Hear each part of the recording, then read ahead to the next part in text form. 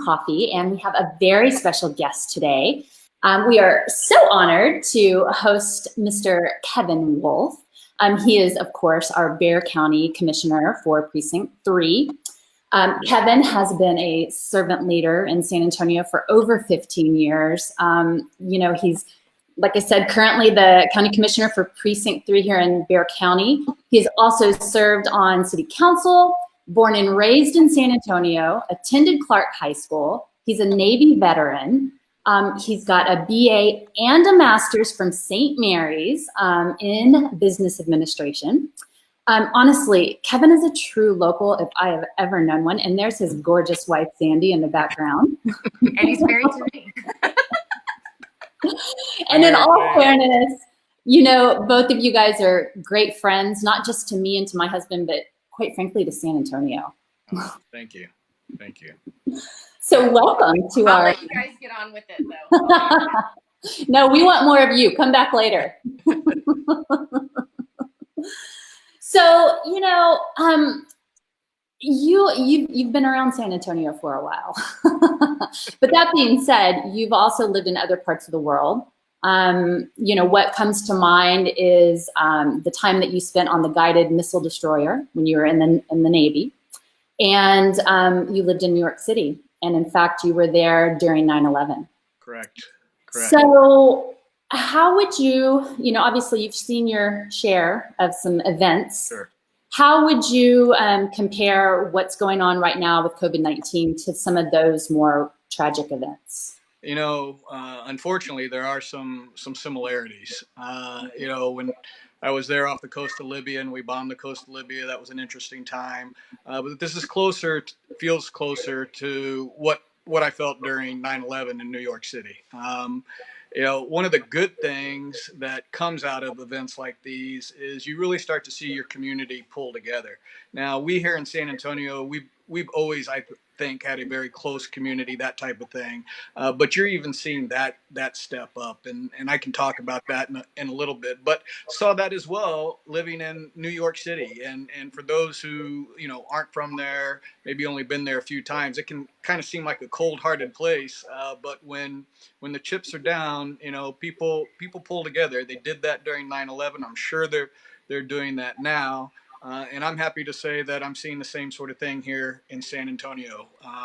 There's a saying that the fastest way to build cohesion in a divergent group is the identification of a common enemy. Well, we all have a common enemy, and that's COVID-19. So it's good to see that our citizens are pulling together. Yeah, I'm glad to hear you say that, because truly when rubber meets the road, I think that San Antonio, Texas in general, but San Antonio in particular, I think we all just want to see what's best for everyone. Yep. What are some of the ways that that you're seeing some of the leaders in San Antonio, in our community, step up and help? It's a great question. For those who haven't seen it, I encourage you to watch every night on the local news channels around 6:10, 6:15. The mayor and county judge do every night an update of what's happening in and around Bexar County and San Antonio. Right. And we are obviously looking across the nation, across the state. I can tell you, we've kind of set the stage here at the local governmental level of trying to keep the public informed and making sure they know how dangerous it is, what they should and should not do. And we've done a really good job of that so far. Yeah, I definitely think so too. I mean, that's how we get our information, and it's actually quite, it's a good feeling to see your dad, Judge Wolff. A lot of people don't know that he is your dad, but we're so proud of him, and just, talk about a leader as well. It's a good feeling. I can tell you, every night's broadcast, there's a lot of work that goes on behind the scenes. That's a lot of what myself and my other colleagues are doing, both on Commissioner's Court and City Council. We're all heads of different committees that are trying to work and pull this information together and really get resources out to our community. I can tell you that's something else that San Antonio and Bexar County have done tremendously well. We mentioned 9/11 earlier. Well, my father came up that November, right after September, and we toured what was called Pier 93, which is where they did the emergency operations for the 9/11 disaster. We actually modeled off of that. The judge came back here, partnered with the city, and they built the first Emergency Operations Center, which is on the Brooks City base right now. So I've been there a number of times, the judge, obviously, the mayor, and that's where all of the real work is getting done. It's a 24/7 operation. We've had it stood up and working, since Katrina. And have really sort of set the bar on how you do emergency operations. And it's having a very good effect here in San Antonio compared to elsewhere around the country and even here in the state. That's terrific. That's a relief and great to hear. So, what are some ways that people in our community can help? People, we want to do stuff to help people, but we can't have contact, with anyone. How can we help? Sure. Well, I can tell you that the two greatest needs right now are blood donations. And it's very safe to go and donate blood. They've, got it down to a science. Right. And the other is our food bank. Our food bank is one of the leaders in the nation. And there's been recent news about how much they are working. Right. I've seen that. My committee and others are working very diligently to get them more funding so that they can continue to feed people. So, one of the things, if anybody wants to help with things, on a personal basis, if you can go give blood, that's great. If there's anything that you can do in sending the food bank resources, that's also great. Awesome. So what are some misconceptions that people may be having about all this? Sure, that's a great question. So one of the biggest misconceptions is, get tested or don't get tested.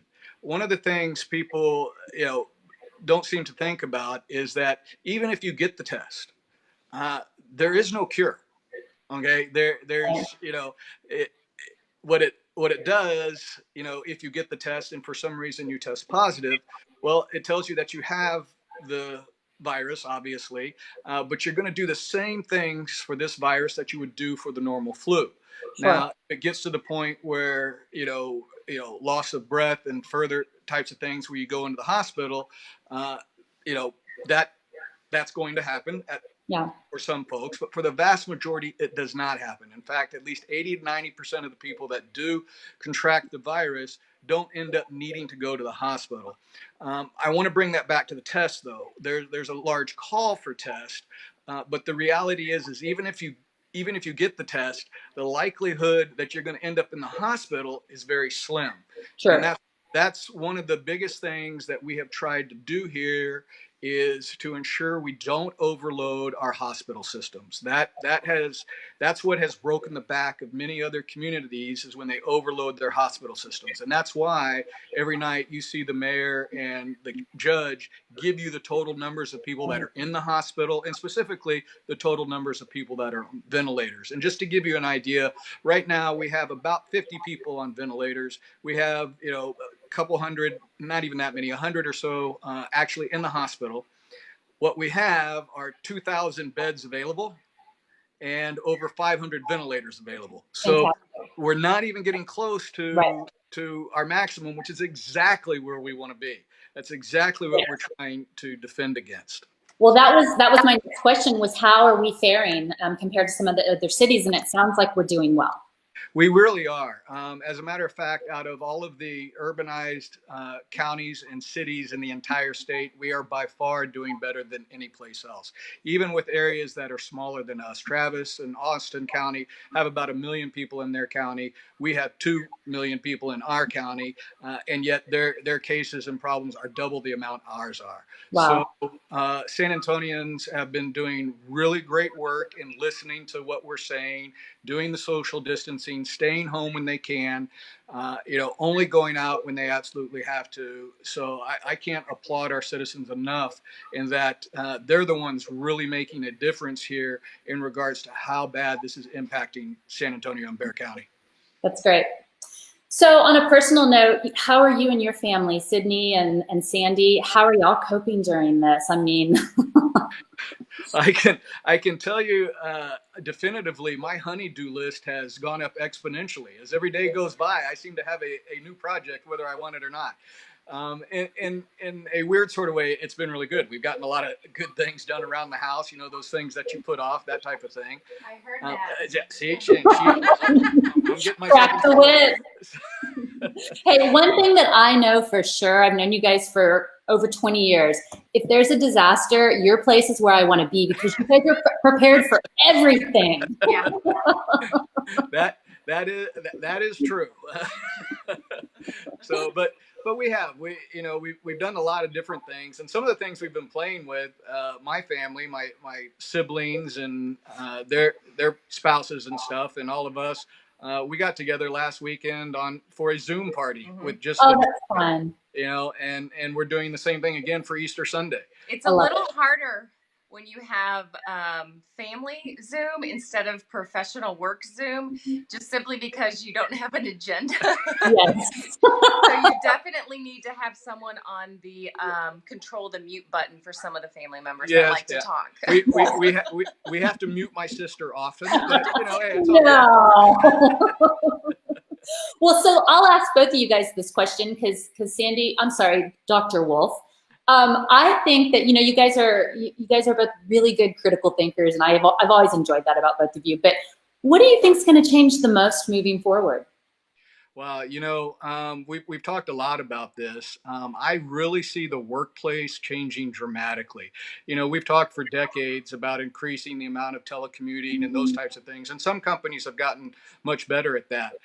But this has forced all companies to figure out new ways of doing business. And I think you'll see that businesses will continue on with some of these things that they've created because they've been forced to do them. So I think you'll see business be done a lot different than it was before. It'll be very interesting to see just how the impact of COVID has changed the way we do things on a go forward basis. And I'm thinking that we're going to be a whole lot nicer to each other moving forward. Close quarters definitely dictates another type of probably personality and consideration for each other. Yeah, sure. I think it makes definitely the moms that have kids at home, the parents that have kids at home really appreciate our teachers. Absolutely. That's a real good point. So I think we're going to have a little bit more of an affection, not only for each other, but also for the people that greatly impact our lives. Like I'm talking to the UPS guy and the delivery people all the time. Taking a moment, asking how they are. I'm saying you can toss it up from the truck to the porch. But I think it's making us slow down a little bit too, which is always a good thing. Yeah, those are both really good points. For me, I mean, honestly, it's my friends. I miss you guys. I miss our dogs. I miss being able to spend time with you guys. We're gonna put in the comments down below. We're gonna put a link that you had mentioned, Kevin, a place that people could go to for resources. Yeah. So that web link is where we kind of let that be the clearinghouse of if citizens want to volunteer, if they need services, it will direct you to all those places, including if you're feeling like you need to have a test, those types of things. It actually gives you an online test and tells you whether you need to, and they'll end up scheduling you for a test. So that's one of the best links for people to have for not only information but actions that need to be taken. That's fabulous. Well, I'm just so proud of our city, and it's great to hear good news. And thank you, as always, for your leadership and for your positive outlook, and for sharing a little bit of this with our little slice of Facebook world. And we appreciate you. So, well, Andrea, thank you and the Muses for doing this as well. A big part of this is really communicating on all channels what's real and what's not real out there. Sure. And the unfortunate part is there is some not real out there, and so anytime I'm given an opportunity to get the right information out there, I'm going to take it, and I appreciate you guys giving us the platform. Well, thank you so much, and we'll let you go at this point. But for everybody else out there, tune into the next live segment and be nice to him, Sandy. What are you building next? I built a deck. I built a storage unit. I love it. I love it. I Hey, got plenty more. Come on over. Oh, wait, you can't. I know. See? Soon. Well, thanks, guys. You guys have a great afternoon. You too. Bye. Love you, girl. Bye.